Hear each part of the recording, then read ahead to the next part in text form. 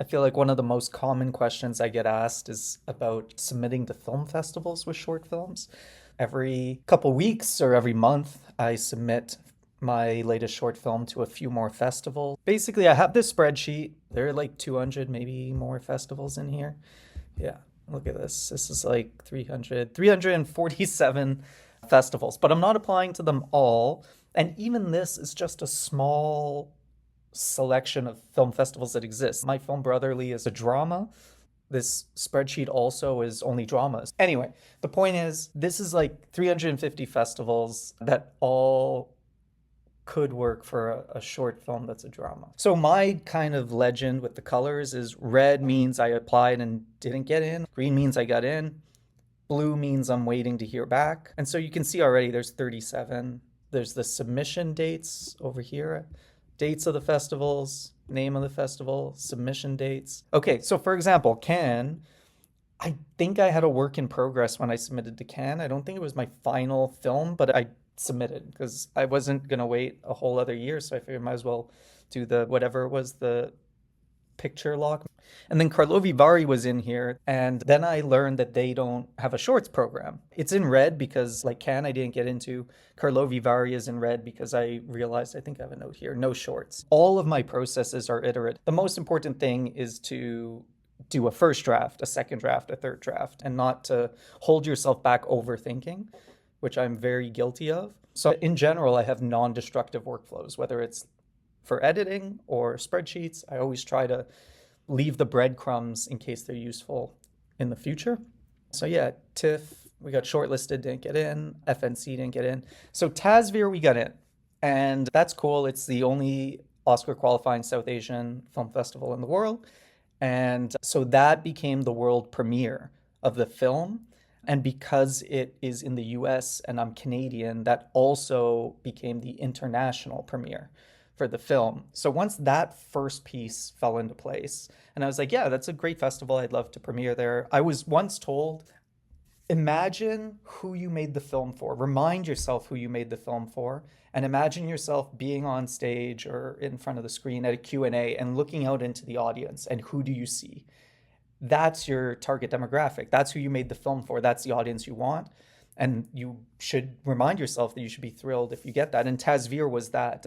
My film's about mental illness and euthanasia with brown characters because I'm a brown guy. And you don't see movies like that. I'd been told by many people TASVIR was great. And so when I got in, I was like, yeah, let's lock that down. I'd be thrilled to have a world premiere there. And it went amazingly. So then that's when the strategy starts to come in, because then world premiere's done, international premiere's done, US premiere's done. There are some other festivals that I probably bumped down because they require those premieres, and I didn't waste money on that. That's another thing where I would say $2,000 Canadian is a reasonable budget. Submitting it gets expensive, and if you don't have a budget, it could easily get out of hand. Look at this. I got 350 festivals. If I submit to all of these and the average cost is like $60, I'm not great at math, but I think that's like $10,000 or $18,000 or something. Anyway, it's a lot of money. So really come up with some number that you're like reasonably comfortable with investing. Also ask yourself, is your film a film festival film? It's okay if it's not. The reason for me that it was important to get into a festival like TASVIR that's Oscar qualifying, in my case, I had started a production company to produce this so that I'm in Canada. So to get access to some of the federal investments, the monies, you need a production company, which I learned as an artist was a blocker for me in Quebec because I don't want to get into it, but it was a blocker for me in Quebec. So I had to incorporate to leapfrog Quebec. And so then beyond what I'd achieved as an artist independently, I needed my production company to have some track record, but for the grants, track record isn't just you made something. Track record is what came of it. And so getting into an Oscar qualifying festival that's on Telefilm Canada's list of recognized festivals. So now my production company, not just me, my production company has a track record so that I can apply for those funds. Maybe that's not the case for you. I don't know if you're an independent artist and you don't have or want a production company, then Maybe you don't need a festival run. So consider that too. I think a lot of people get caught up on the festivals, but either don't know how to do it, so they waste a lot of money, they blow their premieres. Okay, moving on. So we just get into Cinema on the Bayou. Very exciting. This will be the first time I've screened twice at one festival, because this is actually, I'm very proud of this. We're screening in the English competition and the French competition because I'm Quebecois. And that means a lot because as a Quebecois, bilingual Quebecois, this would never happen in Quebec. But the obstacle is the opportunity, for the same reasons that Quebec doesn't really see me as Quebecois. Outside of Quebec, more progressive places recognize that there's a pluralism to identity within the French diaspora. So really grateful for them to have accepted us there. And as you can see, so imagine that's 43 festivals, one premiere in Seattle at Tasvir, another one we got in, half we're still waiting on, and then half we didn't get in, from Rotterdam, Elguna, Clermont-Ferrand. Cairo would have been cool because my lead actor is Egyptian. Flickerfest, Santa Barbara, South by... That's South by Texas. There is South by London as well, which I'll be applying to, because that would be a European premiere. Berlin we didn't get into. That sucked. I like Berlin a lot. And yeah, we're waiting to hear back from all these. Mainly what I really wanted to show you today is the process that I go through every few weeks or a month, which is going through the next batch of festivals and redeciding if I want to apply now, if I want to bump it to next year, or if I just don't want to apply for whatever reason. So let's go through them. So you can see that I did my January batch a few weeks ago over the holidays, submitted to those, and I'm gonna try to do up to Guelph because I gotta shoot over the next 5 days. So I'll try to get these in the queue. So my process is basically Lago Film Fest, Lago Film. This is in Italy. So here's what's on my mind. I don't think they require a premiere. So right off the bat, it's okay. They don't require a premiere. I'll probably bump it to next year. I'm pretty sure they're not Oscar qualifying, CSA qualifying, BAFTA qualifying, which again, I would love to screen at this festival. But if they don't require it, I can apply next year and I don't blow a premiere. I don't blow my European premiere. That maybe sounds harsh. It's not like a waste because this would be a cool festival. A lot of these, Kosovo, Ho Chi Minh, like I'd love to get into any of these. But you do have to think a little bit strategically just because funding, right? I don't have all the money in the world. So if I was to, I think Lego is like maybe only $15, maybe even not, but it adds up. If you're doing 350 festivals, even if they were all $15, that's still $3,000 or $4,500, right? Okay, so this is a pay what you want festival, and I think they recommend like €5. Yeah. So I'd probably pay the €5 in this case because it's like pretty reasonable, but I really don't think they require a premiere. So I might search premiere. Italian premiere is preferable but not mandatory. Cool. So €5. Italian premiere is preferable but not mandatory, and who knows if I'll have an Italian premiere by next year. I'm gonna bump this to next year, so that I hold my European premiere for maybe a bigger festival, with all due respect, okay? So then I bump it down to the end of the year for next year. That's my process. Let's go back.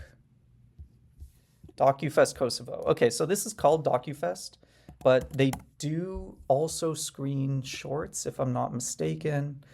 DocuFest has a film freeway, which is cool, because they help show things like BAFTA qualifying, which you can see here. So great.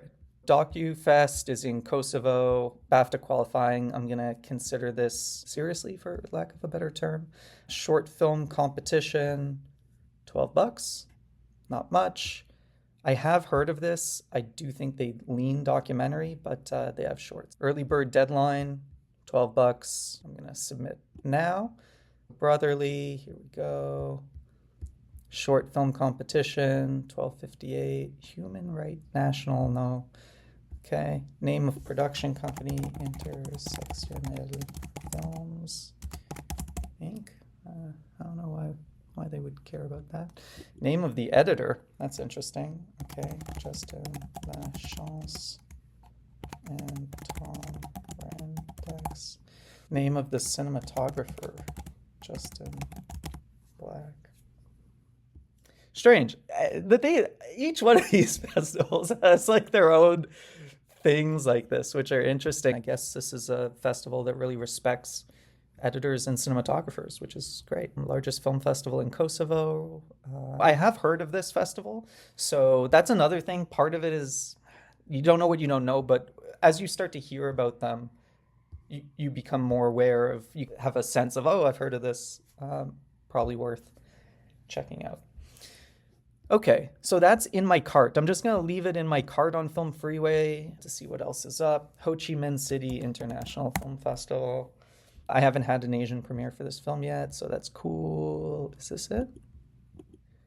And you gotta watch out. Sometimes there's, I would say, scam festivals who use similar names. There are a bunch of festivals that take place at Cannes, but they're not the Cannes Film Festival. And they'll be like, I don't know, Cannes International Film Festival or something. There are two problems with that. One is, though, it's a waste of money. If you go, it'll be a waste of flights and accommodations. But the other thing is, if you present that as, I got into Cannes, I've seen some newsletters or newspaper articles or press clippings that people promote about how they got into Cannes, you are gonna look amateurish. Because even the laurel is not the same. It's very obvious to people who know what the Cannes Festival is when they see something like CIF, and it's the Cannes International Film Festival. It makes you look bad. It makes your film look bad because it only got into this festival no one's heard of. But it also makes you look bad because it makes it clear that you don't know the difference, and that you're, even if you're well-intentioned and ignorant, it makes you look like you don't know what you're doing. And if you do know, if you are intentionally trying to like misleverage it as the Cannes Film Festival, then that's disingenuous. But I'm assuming positive intent, which is more of ignorance thing, like you don't know what you don't know. So just watch out for that. So that's long tangent on why I'm just double checking that what I saw down here, MC, but then it says HIF. Okay, this I think is the real one, HIF Ho Chi Minh City. Just gotta make sure that this Film Freeway is the same as this. Looks like it is. But here's another one. I thought this festival was actually a bigger festival. I'm surprised to see that it's not Oscar qualifying, BAFTA nothing. So I'm inclined to revisit this next year. Where is the submission? Okay. I don't know where the submission button is. We got some sponsors and Screen Daily media partner. Like, this is big. So either Film Freeway isn't the real one, or I don't know. And it says April 6th to 13th. Right now it's January 12th, so they should be accepting submissions. Let's go to news and updates. The thing is, I think you have to embrace it from a place of curiosity as an industry part of independent film production, especially for short films that you just have to do yourself. And it's an opportunity to learn more about the global industry. Look at this. Perfect Days celebrates finest film. I wonder who took the award. That's not Wim Wenders on stage. And then they have the award winners, January, February, March, April 21st, 2024, and there's been no updates. Suspicious. Here's like another unique example where there's been no updates since July on the website. The Film Freeway isn't allowing submissions. So what I do in this case is like, I actually have this little TBC section here, which is something's changed or strange. So I just have these festivals that I need to revisit. Usually I do this monthly. So when I get to my February submissions in a couple weeks, I'll go back through this and I'll just do some quick searches and see if there are updates on these festivals. For example, New Filmmakers LA, my last short screen there, I had a great time. They do a Canadian showcase every year. They haven't invited submissions yet for this year, but I would love to have my LA premiere there for this film again this year. So that's one that I'm waiting for the announcement on. So next, Flicker's Rhode Island International Film Festival. This is a big one. You can see I've clicked on it before. Early bird deadline. So great example, Academy Award qualifying, BAFTA qualifying, Canadian Screen Award qualifying, and the early bird deadline is in 3 days. Pretty confident I'm going to be applying to the short narrative film, and as you can see, regular $74, student $51. I pay for the gold membership because I'm applying for enough that the $17 a month or whatever does, I'm actually saving. It's all a game that all these sites are playing. But yeah, I save $16, so it pays for itself. So yeah, they're providing a service, but yeah, it generally makes sense to pay for the $16 a month. None of these I don't think apply. Oh, Canadian films from the Canadian provinces, that's interesting. First for French language films, dating back Quebec Film Festival. Okay, so this is interesting because this ties perfectly into Cinema on the Bayou, where they're basically saying this is for Canadian, and they're talking about Quebecois people as specifically French. I'll have to think about this another minute, not when I'm thinking about talking to you, but my first instinct is to apply to the general program, short narrative film, and in the cover letter mention that I'm Quebecois, but my film's not French, or apply to the Canadian section and mention I'm Quebecois, but my film's not French, but then it'll go to these programmers. So but then they have French speaking from other Francophonie regions, which is interesting. So these are like examples where you have to do a little bit of strategizing almost every time. The next question is, where can I win awards? Because if I apply to the short narrative film section, I have a feeling that I have a chance to win an award, whereas in the Canadian or the Quebecois section, there may not be an award, which would affect the potential for it to be a Academy Award, BAFTA, or CSA qualifying film. So again, it's all like these bets. Ultimately, you have to decide where you want to play. So this is actually a great one as an example case study one. So let's say narrative short. I just used the Control F function to quickly pull up narrative short. Okay, all it pulls up is that. What about Canadian? 7, okay. Qualifying event, Canadian. So no awards? How do you become Oscar qualifying if you can't? There, it says, okay, 65. You see here, awards presented over here. We're nominated for Academy Awards, okay. Our most notable prizes are the selection of Best Short Film Live Action. Okay, Best Short Film Live Action. I guess that's from short narrative film. Yeah, and it doesn't specify yet if getting into one category automatically includes you in the other or excludes you, etc.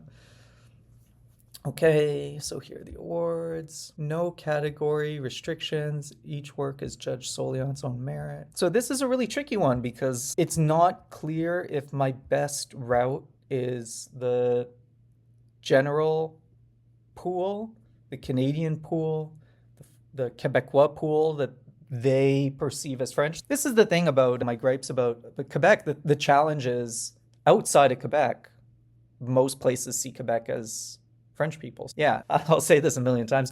My favorite movie is Gattaca because for a number of reasons. I think it's a great movie. I think it holds up.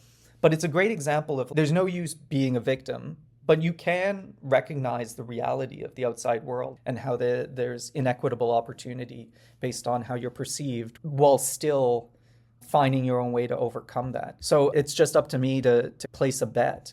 Some of the things I might do are, for example, I'll either apply to the short narrative film stream and mention that I'm Quebecois Canadian but not French, so I wasn't sure, so that they might consider me for that if they don't think the film's good enough. But at least I'm giving myself the best shot, where it's like I could get into the main, like that would be the best thing for the film, to have a laurel, especially nominated for best short narrative film at RIF. And then under that, if they have an award for best Canadian short film, which it doesn't look like they do, then that would be cool. And then if they had like a Quebecois one after, but the Quebecois ones, it'll probably go to a French film. Yeah, it's these are the really tricky situations where it's if I apply to the Canadian stream, I might have a better chance of getting in, but I also might take myself out of competition for the general stream, which is probably better for the profile of the film to get into. So I am gonna have to think about that. So that's something to consider. Yeah, so I guess I'll email them and ask them what I should do.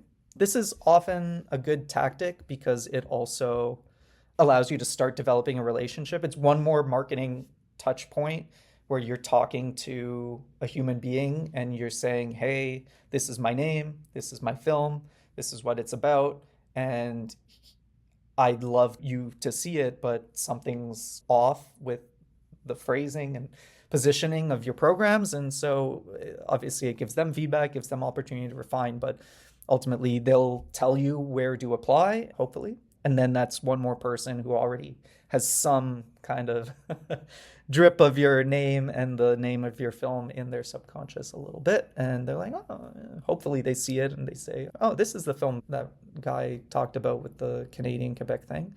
Yeah, so that's a really great example also of why you shouldn't leave it until 3 days before the deadline. I will continue with the other films and then try to carve out some time tomorrow to finish applying to the other ones that don't have this additional investigation. So yeah, already it's been a while just doing the strategy thing with you guys. So I'll probably now renegotiate with myself and check out Mumbai International Film Festival. And maybe this will be the end for this batch so that I can email flickers and then start to wind down for the night. Mumbai, cool. This would be, I think, awesome. My dad is from Calcutta. I've never been to India. I gotta say, I love traveling, and I love traveling for film festivals or work and stuff. This would be great. So this is run by NFDC, National Film and Development Council, I think, for India. I met with one of the president type organizer people, I won't say their name, and they gave me some feedback on the feature versions. Little bit of a relationship there. As a brown guy slash like half Indian, I would love to screen there for sure. If I got into this, it would probably be my Asian premiere.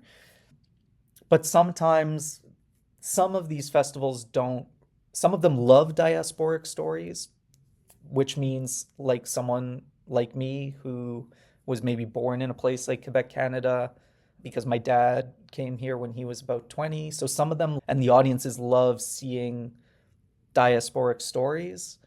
And some of them might watch my movie and I'll say, like, one thing that came up with Tasveer is some people apparently were confused with why it was screening because there was no masala in it. That's the way of saying they didn't feel my film was Indian. And it's this kind of stuff sucks because it's like people saying I'm not Quebecois. If you're a person of color watching this, you probably know we never fit into anyone's boxes. And so it can be tricky. That's what we're trying to do with our art is make these rigid boxes more of dotted lines. But yeah, I would take the chance on this. I'll see how much it costs, but I would love to screen in India. Having said that, I will probably mention in my cover letter that I'm Indian to make it very clear why I'm applying, especially with a name like Gavin Seal. Sometimes people might read it and not realize that I'm Indian. Or I've actually, even in my headshot, even in full color, people have not perceived that I'm Indian. I've also used the term South Asian or South Asian Quebecois. And yeah, it seems like people get confused. You have to learn even the jargon and rhetoric for each market that you're applying to. For example, BIPOC is not really a term in some places, not in Quebec. In Quebec, there's BIPOC, Indigenous are separate, but then even Indigenous are autochtone. And to be honest, Quebec doesn't really support Indigenous filmmakers. Unfortunately, this is a real issue. And then a lot of the identity politics, whether it's being French or being brown in Europe, like a lot of those places, I think France in particular really has a distaste for anything about these subjects. So yeah, you have to learn how to position. You have to learn like code switching, basically. That's what we're talking about. So yeah, in this case, I would love to screen here. Maybe I'll reach out to that person I met at Berlin and see if they remember me, see if they are involved in this festival, and if so, maybe even if they could give me a waiver. But to be honest, I've leaned away from waivers and even asking for waivers. Every festival says they don't give waivers, and a ton of them do, especially if they know you. Distributors get to apply in batches directly. But the problem is the waiver game, it takes a lot of work. It takes a lot of work. It takes a lot of effort. If you just copy and paste an email, you're not going to get one. So that's a waste of time. The only times you get one is when you spend, like, for me, 20 minutes drafting like a really great email. First draft is long, talking about why my film's a great fit, what the incentive is, if I met them somewhere, reminding them where we met. And then I trim the email, clean it up, make it more concise, rewrite it, reorder things. Even just an email for a waiver can cost me more time than it's worth to save the money applying. Again, something to consider when asking for waivers is just, is it worth your time to take the chance? Increasingly, I am moving away from it. Having said that, how do I apply? They have a film freeway, entries closed. Okay. Yeah, I must have gotten this information probably because that's when the submission date was last year. So this is where I would go into Gemini. I was looking for Nashville Hot Chicken. Was the submission deadline for the Mumbai International Film Festival last year?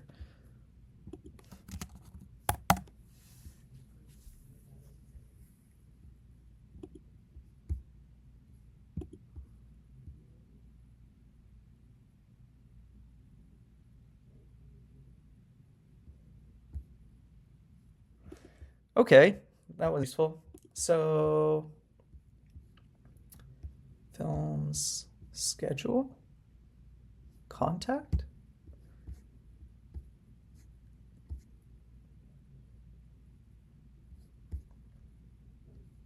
Okay, let's check out their Instagram.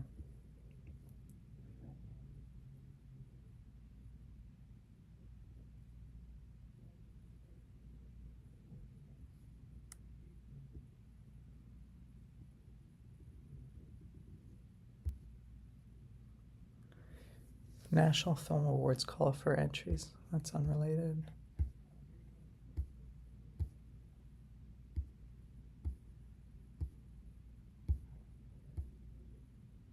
What is happening?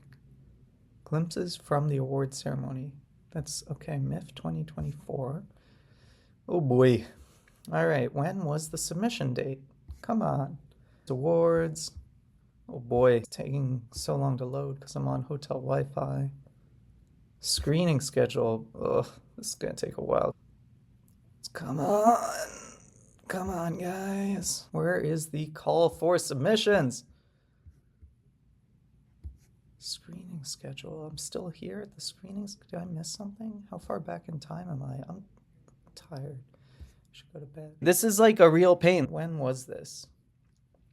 29 weeks. All right, look. Oh, Richie Meta. That's cool. He's Canadian. So, I'm tired. I don't care. It's not now. To be confirmed. That gets bumped up into the I'll figure this out later section. Okay, so I'm gonna use yellow here because I have an action item. I'll check that out later. And New Orleans, I'll mention this because it's a good example where, because the film's screening at Cinema on the Bayou, which is in Lafayette, that'll be the Louisiana premiere. So New Orleans may not take it, but maybe the programmers will be at Lafayette and like the movie. Like I said, Cinema on the Bayou's playing it in both the English and the Quebecois category, so I could position that to New Orleans as well to leverage that this shows a progressive, diverse, pluralistic perspective on the French diaspora in a place like Quebec and shows underrepresented BIPOC characters and a BIPOC filmmaker, bilingual from the francophonie basically. So maybe if I pitch it, I don't know, if I can sell it, maybe they'll buy it. But as you can see, it's not a quick process. It's a pain in the butt to do this every couple weeks, but it's essential, and so I hope that helps.